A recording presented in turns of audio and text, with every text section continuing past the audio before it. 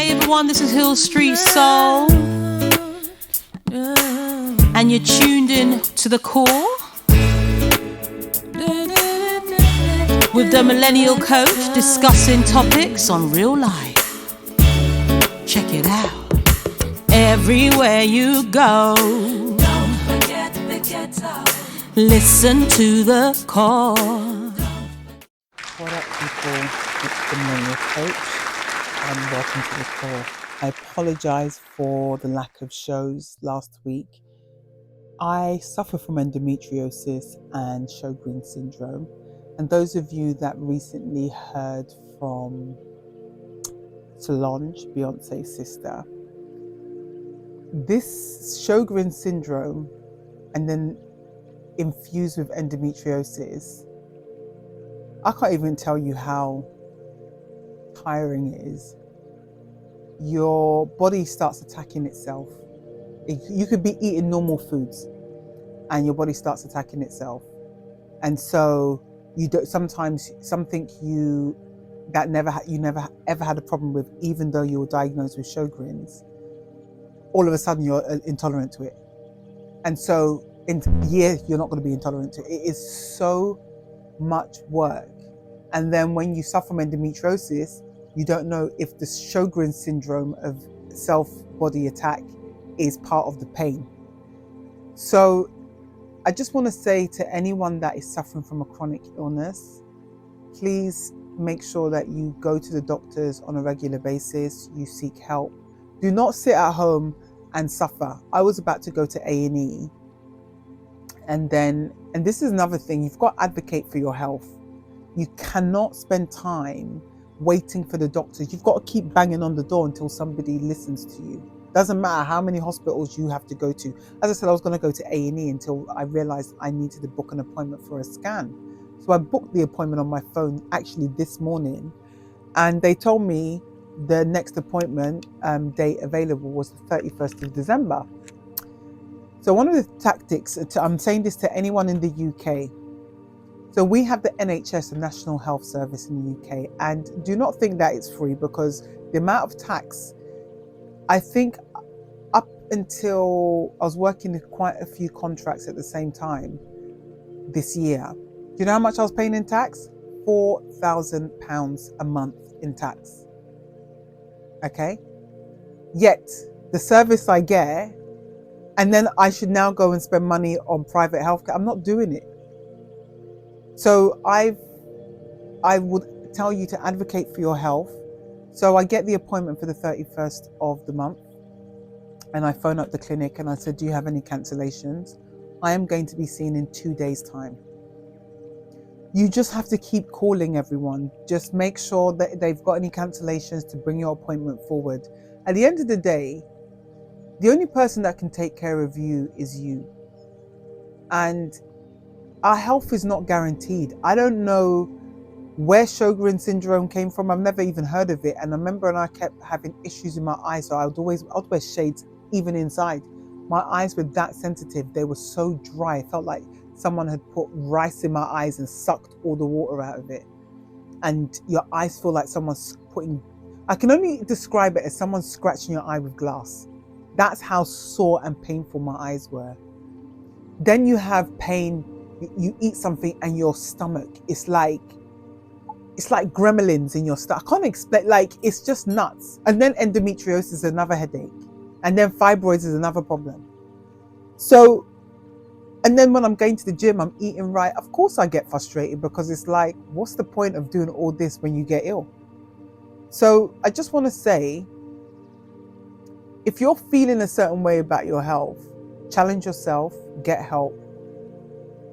Don't lie to yourself if you're unwell. If you have to go and sit in A&E, go and do it, because it might just save your life. So please take that seriously.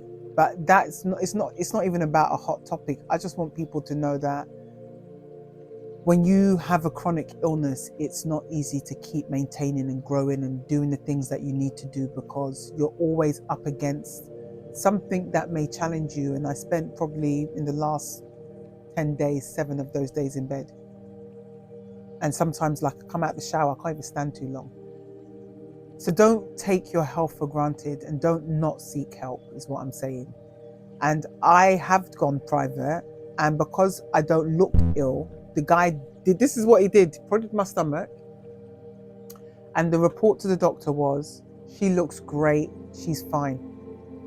£250 for she looks great and fine.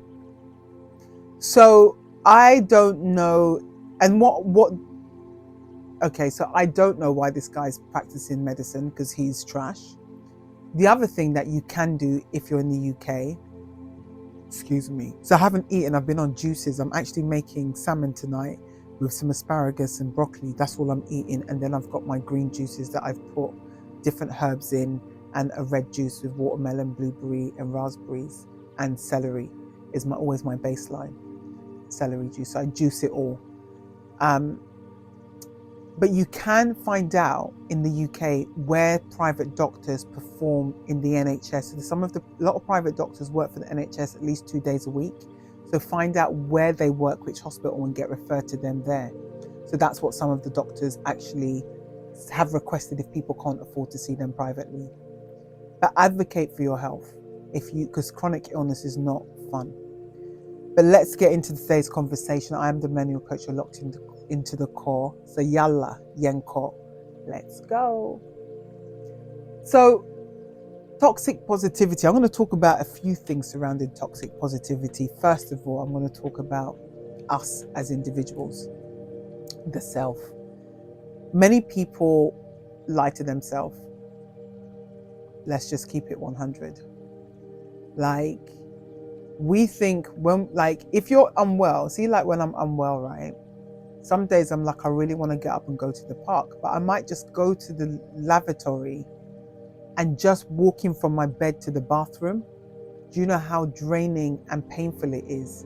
I'm not going to no park, because I'm not going to collapse and be surrounded by a bunch of strangers that even might rob you while you're laying on the floor. That's how I think. This is London. Like, nah, I'm not going to the park.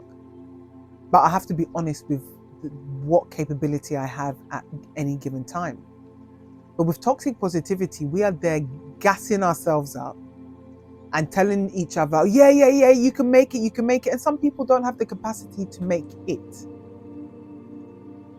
So one of the things that is prevalent in toxic positivity is just that, is performing in front of an audience that don't even believe you anyway. So do you understand what I mean? Let's get into if you don't.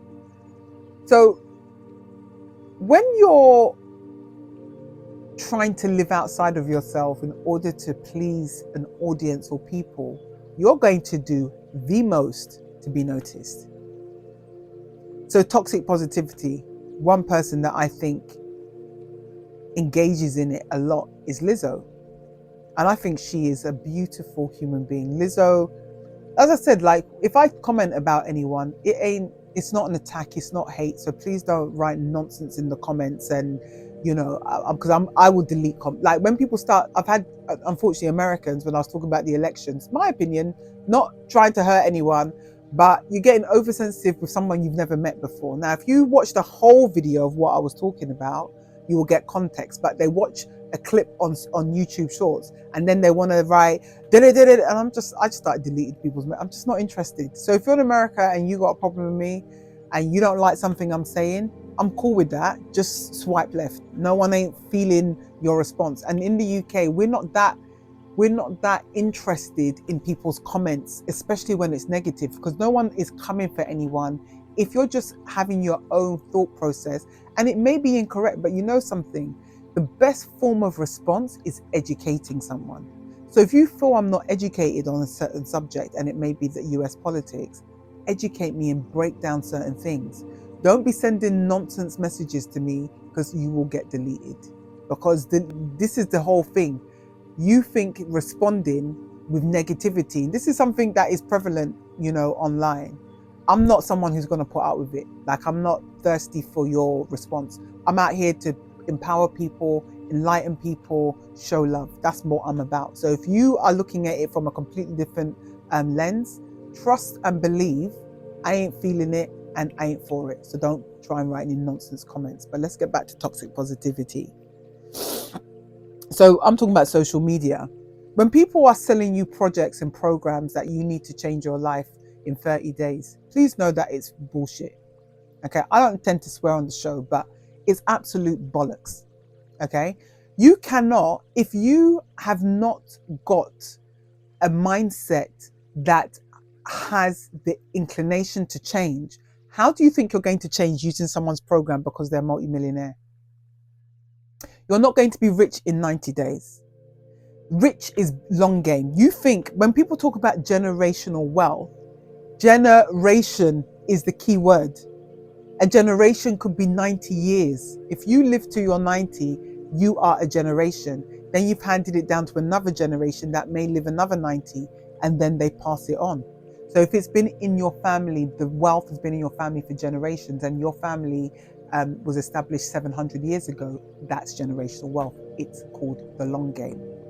So please understand, you cannot get rich unless you're playing the lottery and it comes quickly. But the reason lottery winners are not successful going forward after winning a huge amount is because they don't have the mindset, and there's a lot of toxic positivity. Oh, you should do this, buy this, but you don't, no one's helping them manage their mindset. No one's helping them actually tackle their wealth barriers. So these are things that we need to understand. When people are gassing themselves up online that they've achieved this day and they haven't achieved nothing, and the next minute you've heard they've unfortunately committed suicide, we are feeding into ourselves into a society where it's not garnering the results that we want.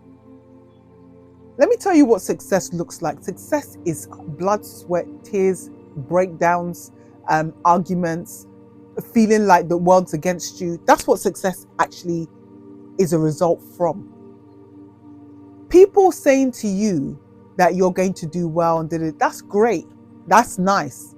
But the thing is, if you don't know yourself, you can't do as well as other people anticipate you to do.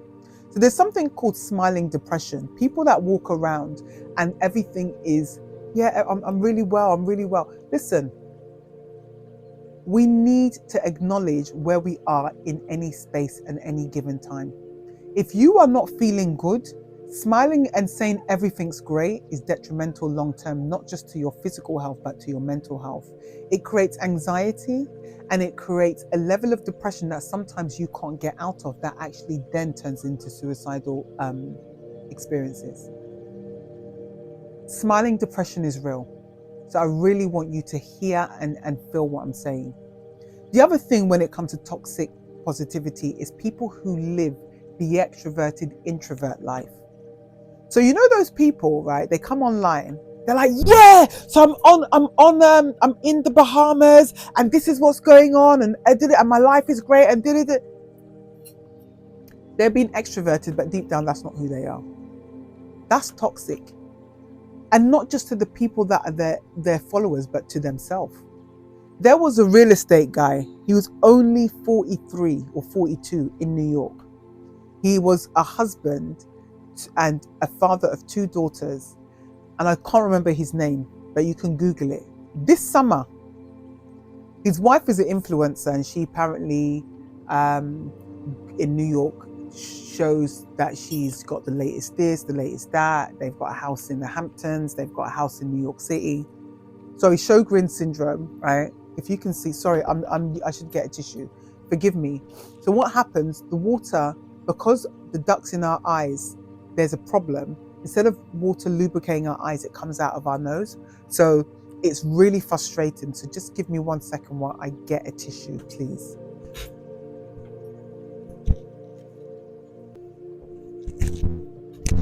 So honestly, and the thing is, I don't have a cold, I don't have allergies, and you'll be sitting in a meeting and then snot runs out your nose. Do you know how unattractive it is? That's why dating can be challenging, because you're sitting there and then you're like those of us that are trying to all act like prim and proper. It's very annoying.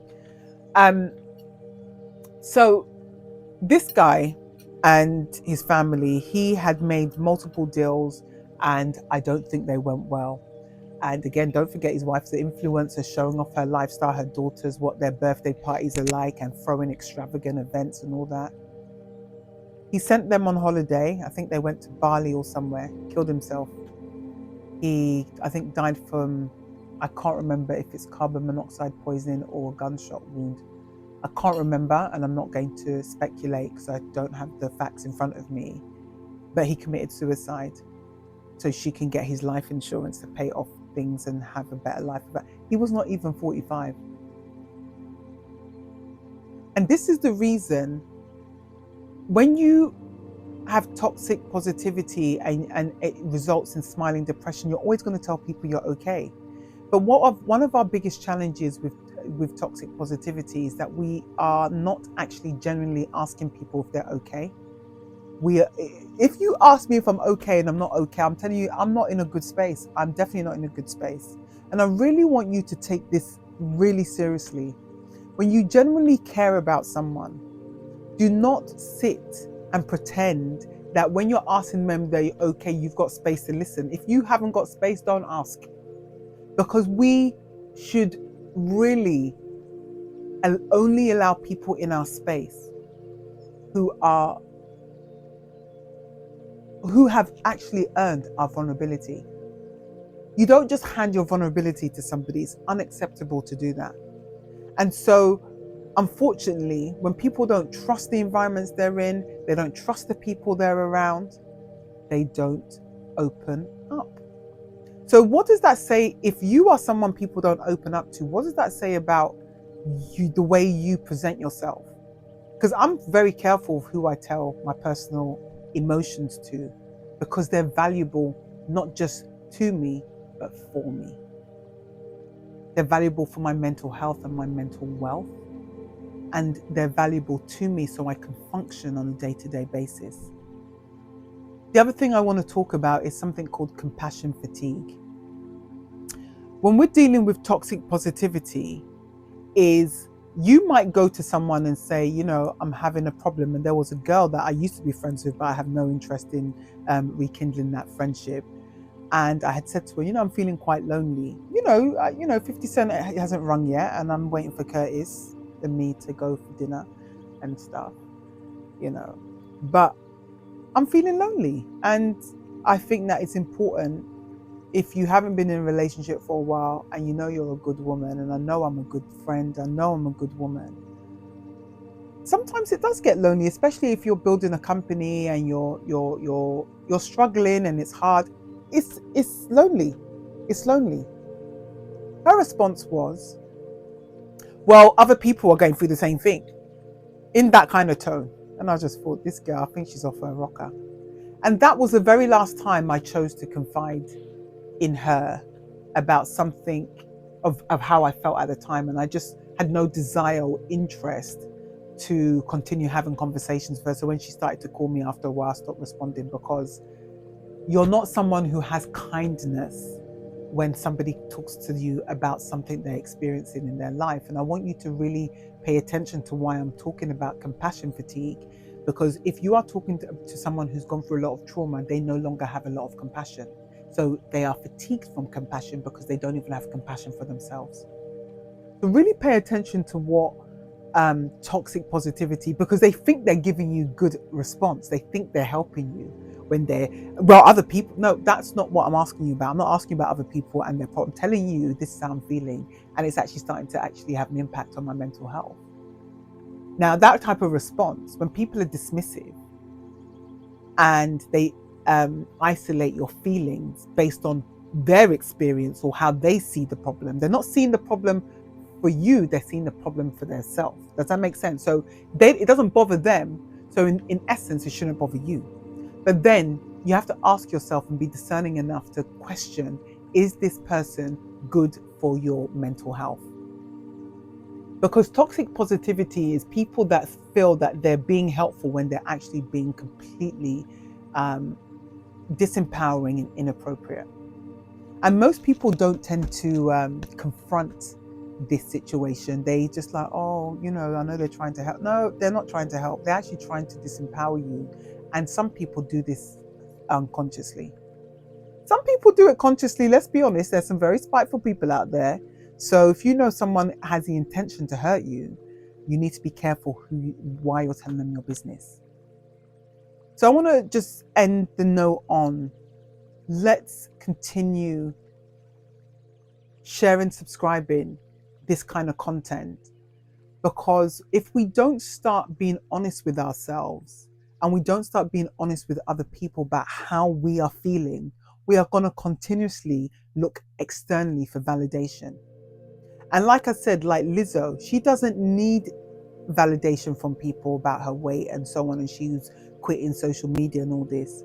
She's beautiful from the inside out. Beautiful girl. And her health journey is phenomenal. And she doesn't need anyone to tell her she looks beautiful. She should know she's beautiful because she actually is stunning. And she seems like a really cool person. So I get really upset. Like Cardi B, call me. If you want a coach, I'm not a therapist, I'm a coach.